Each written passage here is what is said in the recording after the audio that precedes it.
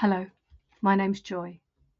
I'm reading from John chapter 20, verses 10 to 18, and I'm reading from the Message version.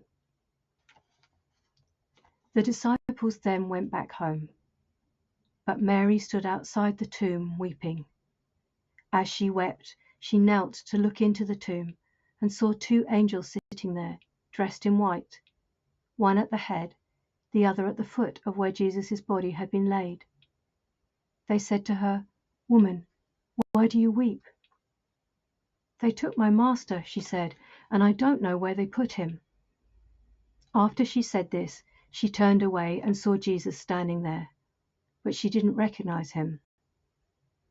Jesus spoke to her, "Woman, why do you weep? Who are you looking for?" She, thinking that he was the gardener, said, "Sir, if you took him, tell me where you put him so I can care for him." Jesus said, "Mary." Turning to face him, she said in Hebrew, "Rabboni," meaning teacher. Jesus said, "Don't cling to me, for I have not yet ascended to the Father. Go to my brothers and tell them, I ascend to my Father and your Father, my God and your God." Mary Magdalene went, telling the news to the disciples, "I saw the Master," and she told them everything he said to her. Can we put ourselves in the place of Mary? She has stayed. Everyone else has gone home. This is the end. Jesus is dead. The one who healed her and who called her to follow him is gone. Her heart and mind are full of the events of the last few days. The unbelievable horror of watching this gentle, powerful, loving man tortured and killed. The curses and roars of the crowd turned against him and against all who stood with him. The silence as his voice is gone. In her profound grief and distress, she turns and looks into the tomb for him, and he is not there. Even this final act of worship that she has planned to care for his broken body is taken from her. Where is he? Mary turns again and sees a man. She doesn't know who he might be. Every circumstance, everything she has seen and heard over the last few days tells her that whoever this is, it obviously couldn't be Jesus. Overwhelmed by sorrow, her eyes literally clouded by tears, she asks him, "Sir, if you took him, tell me where you put him so I can care for him." And here in this garden, as in a garden before, he asks a question to which he knows the answer. Not this time, "Where are you?" but "Why do you weep? Who are you looking for?"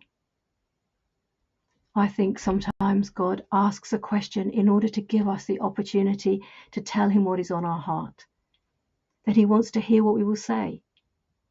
He wants to hear our question and our searching. He wants to talk to us because he wants us to come close and tell him, to hear his answer, but also to pour out our hearts just to be with him. Because the one who created us, who redeemed us, who loves us with an everlasting love, wants us to talk with him. Jesus' next words to Mary are not, "Where is your faith?" or "Don't you remember what I said to you about this?" But instead he says one word. He speaks out her name, Mary. And she is known, and in that moment of being known, she knows him and she worships. The answer to the question she was asking was always Jesus himself. He is here. And later she will call him Master or Lord, but here now she calls him Rabboni, teacher, a relational name. Jesus speaks again and he says, "Don't cling to me, for I have not yet ascended to the Father. Go to my brothers and tell them, I ascend to my Father and your Father, my God and your God." He says, we are still one. The relationship is not finished. We are family. Go and tell my brothers. I'm going to my Father and yours, to my God and yours. The way is opened. The relationship is here now. I bring you in. This man who said, I am the resurrection and the life, is alive, and she saw him die. What could be impossible now? I wonder what words might be echoing in Mary's mind as she leaves to go and tell the brothers. Words the teacher has said before. I know my sheep and am known by my own. In my Father's house there are many rooms, and I go to prepare a place for you. I am the way. I am the door. And her worship becomes her testimony. Jesus has given her this trusted role and purpose. Go to my brothers and tell them. So she goes, and she says to them, I have seen the Master. She has seen the Lord, and she tells them everything he has said. Our worship becomes our witness as we declare what we have seen and heard. I have seen the Lord.